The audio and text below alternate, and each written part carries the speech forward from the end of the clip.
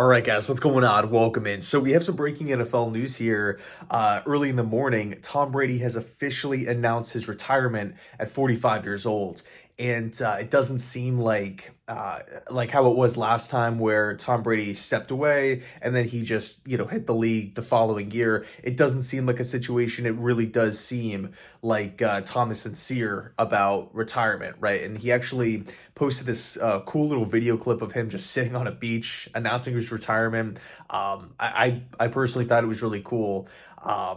Now, honestly, I did think that Tom was going to come back for at least one more season, but at the end of the day, 45 years old, what, 7-time Super Bowl champion, 3-time MVP, 6-time All Pro, like insane career. The accolades are just out of this world. I don't know if anybody's ever going to mirror those, right? I don't know. Just thinking about 7 Super Bowl championships to one player is just mind blowing. It's crazy. Real quick before I dive into, the other teams, I just wanted to quickly say what was insane about last season with Tom Brady and the Bucs offense.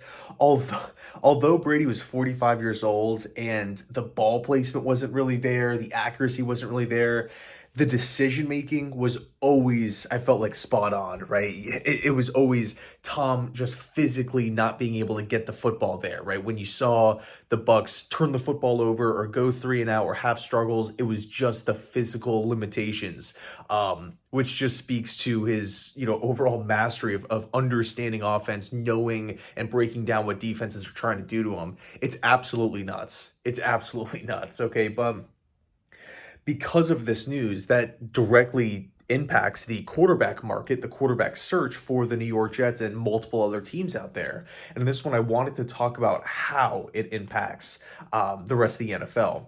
So right off the bat, one less quarterback to go after, right? Especially, if you're looking at it from a New York Jets perspective, there's multiple options. It's not just one guy here, and that's a huge benefit, but one guy is taken off the board. Now, I never really thought Brady was a serious option for the Jets. I was thinking either stays in Tampa for one more season. There were some rumors about maybe him joining the Dolphins because there was that push last year, but I didn't really see it. I thought it was either going to be the 49ers because of Brock Purdy's injury or the Raiders with Josh McDaniels, Waller, Jacobs, and of course Devontae Adams.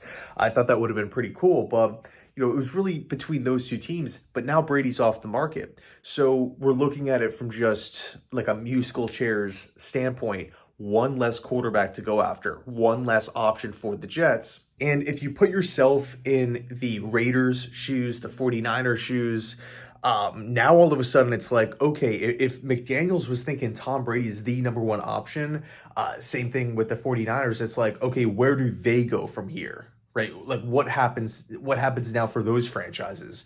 Will the Raiders make a heavier push, a bigger push to go land an Aaron Rodgers, try to bring in a Jimmy Garoppolo? What's going on with San Fran? Will they just try to lock up Jimmy as soon as possible? Because now Tom is off the market and Brock Purdy doesn't look like he's going to be ready for the start of the season. He has a 6-month recovery time. I don't really know what the plan is with Trey Lance, whether they want him to play or they still want him to sit and get healthy. So San Francisco kind of up in the air with Trey Lance and the amount of quarterbacks that team has. But regardless, you're looking at how Brady's retirement impacts what the Raiders specifically, and even I guess the Dolphins too, for that matter, because nobody for sure knows what's happening between those between the doors down in Miami. Like they did a lot of unexpected things, like the acquisition of Tyreek Hill last year. Even the Brian Flores news I felt like came out of left field. Just weird stuff is always coming out from that organization. So, maybe it does impact their quarterback plans as well, although they did say publicly that they are committed to Tua. But again, you're looking at how he impacts other teams' plans around the NFL. Now the Jets have got to be prepared if they do want to go target Aaron Rodgers and are serious about it. Now all of a sudden you might have more bidders at the table. And your bid initially might have to be higher than what was expected. Something else too I think is relevant to bring up is the fact that there's now one more team that needs a quarterback in the Tampa Bay Buccaneers. And I know it's just like, okay, one more team, like, it's not that big of a deal. But man, when I look at the Buccaneers, it is an attractive destination. Right off the bat, you're playing with two stud wide receivers in Mike Evans and Chris Godwin. This is a franchise that will spend money. They will supply the team with talent, pretty much go lock whoever you want, right? From the quarterback position, you could go ask for whoever, and Tampa's front office will make that push. They got Todd Bowles running the defense. They have star power. They have talent all over the defense.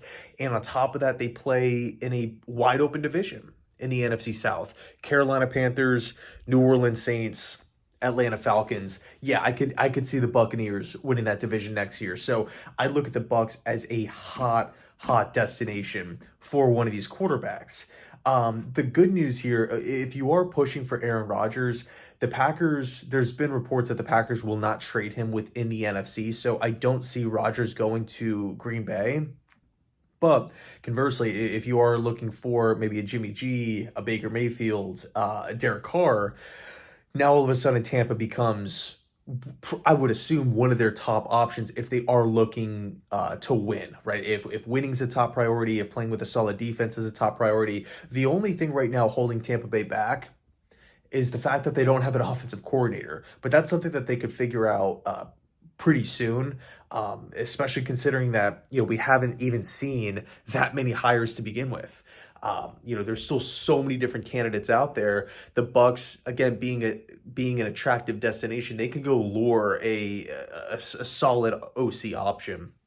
So I do think it's something, again, relevant to bring up.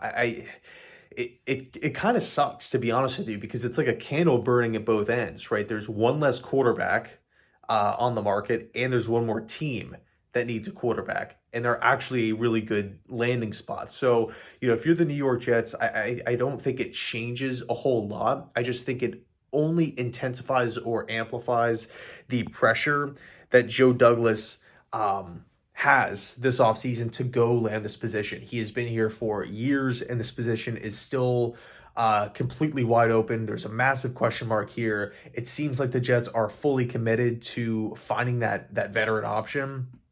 Again, whether it's a Rodgers, a Carr, Jimmy, whoever it may be, the Jets have got to land somebody. But now there's another team in the mix in the Bucs, and all of a sudden you're looking over to Vegas. You're looking over, up in San Fran. It's like, did their plans change drastically? Are they now all of a sudden saying, okay, Brady was our number one option. We need Aaron. We need to go get Aaron now. So it'll be interesting to see how it all plays out. But anyway, let me know your thoughts down below in the comment section. Thanks so much for watching. I appreciate it. And as always, go Jets.